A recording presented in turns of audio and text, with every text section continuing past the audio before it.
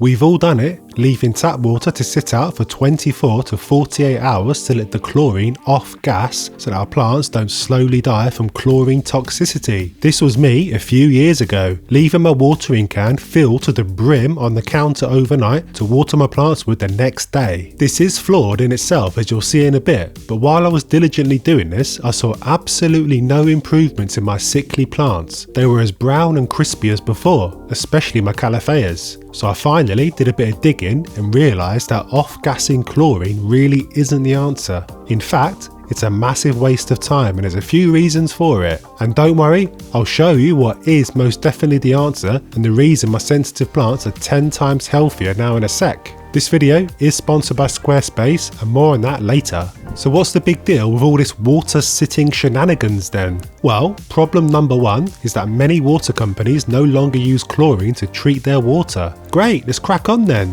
No, our kid, it's not that simple. Instead of using chlorine, they're using chloramine and it's here to mess with all your well-intentioned plant care plans. Now I know what you're thinking, what even is chloramine and why does it sound like a villain from a low-budget sci-fi movie? It's not quite that dramatic, but it does pose a problem if you're hoping to make your tap water plant friendly. Chloramine is a mixture of chlorine and ammonia used by many municipalities to disinfect tap water. It's super stable, which is great for keeping your water free from nasty bacteria, but not so great for our delicate leafy friends. Unlike chlorine, which does eventually get bored and evaporates into the atmosphere if you leave the water out for long enough, chloramine is like that one guest who just won't leave the party. Can I get an amen? Anyway, it sticks around for days, weeks, maybe even months, stubbornly refusing to dissipate no matter how long you let water sit there. Now, not every water company will be using chloramine. A quick look on your local water company's website should tell you, though it can be tricky to get a direct answer. Yorkshire Water, which is my water supplier, say they use chlorine on their website, but I had to do a look on other websites to do a bit more digging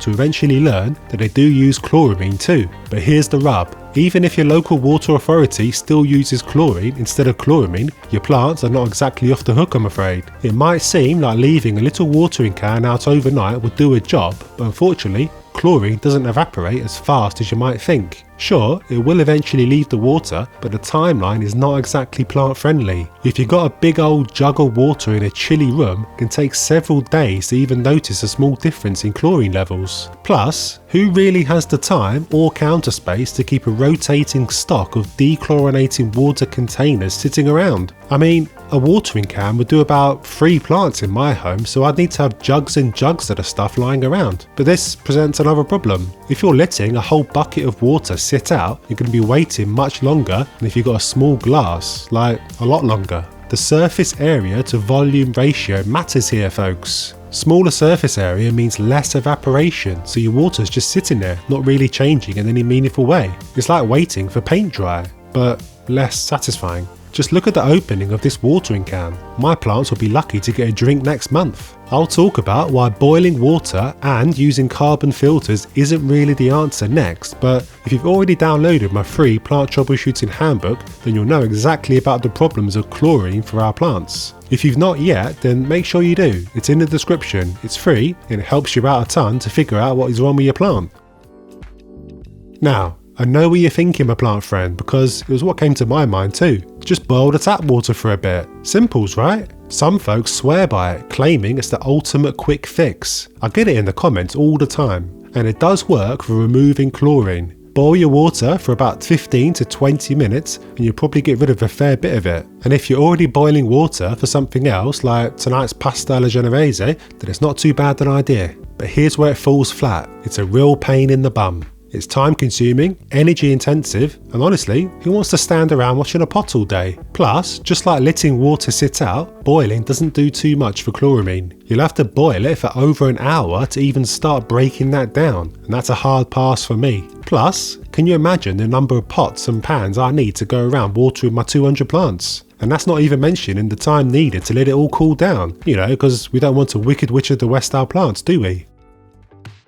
Now, What about those fancy water filter pitchers or tap attachments? Carbon filters like Brita-Filter are often marketed as a great way to remove chlorine from drinking water. And to be fair, they are easy to use and can reduce chlorine and some chloramine from your water. Yay! Plus, if you're already filtering water for drinking, it's not much of an extra step to use it for your plants. But they're not a great option in my opinion. But before we go there, let's chat about today's video sponsor, Squarespace. If you're looking to build a beautiful website, start an online store, or even create a portfolio to showcase your work, then Squarespace has you covered.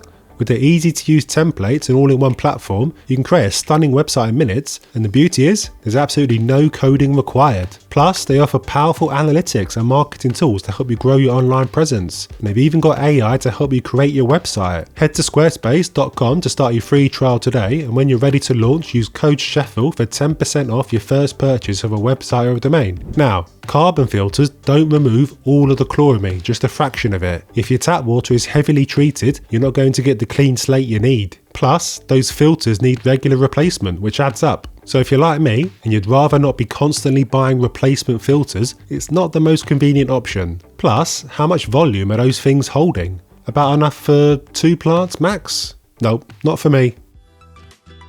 Now, there is one option that is so much better than all this water sitting out carry-on, and it's something that has transformed the prospect of all my plants for a couple of years now. If you're a subscriber to the channel, then you'll know exactly what I'm talking about. It's instant, involves no boiling or fancy equipment, and is super economical. Yep, water conditioner. Water conditioner is what aquarium folk use to treat their water to make it safe for fish. There is absolutely no reason why us plant-loving folk can't use it on our plants too. The beauty of this stuff is that it is instant. Add some to your watering can, and boom, all the chlorine and chloramine has been neutralised. There's no fancy equipment needed, just a couple of drops added and you're done. Couldn't be simpler, could it? Plus, it's super cost effective. One little bottle like this has lasted me at least 2 years because you only need a couple of drops at a time, so it's not like you're breaking the bank every time you need to use it. This cost me about $15 and I've used about half a bottle so far. So that's about a 4-year run rate, which is pretty darn good.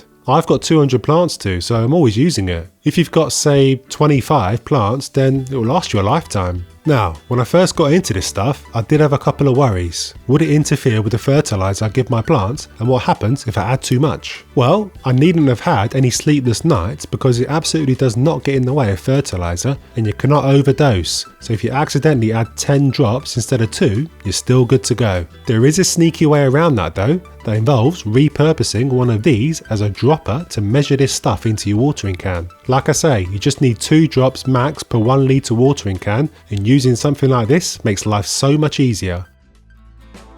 So why exactly is chlorine and chloramine so bad for our plants? What are these chemicals doing to our precious green babies? Well, it all starts at the roots. Think of your plant's roots like straws that suck up water and nutrients from the soil.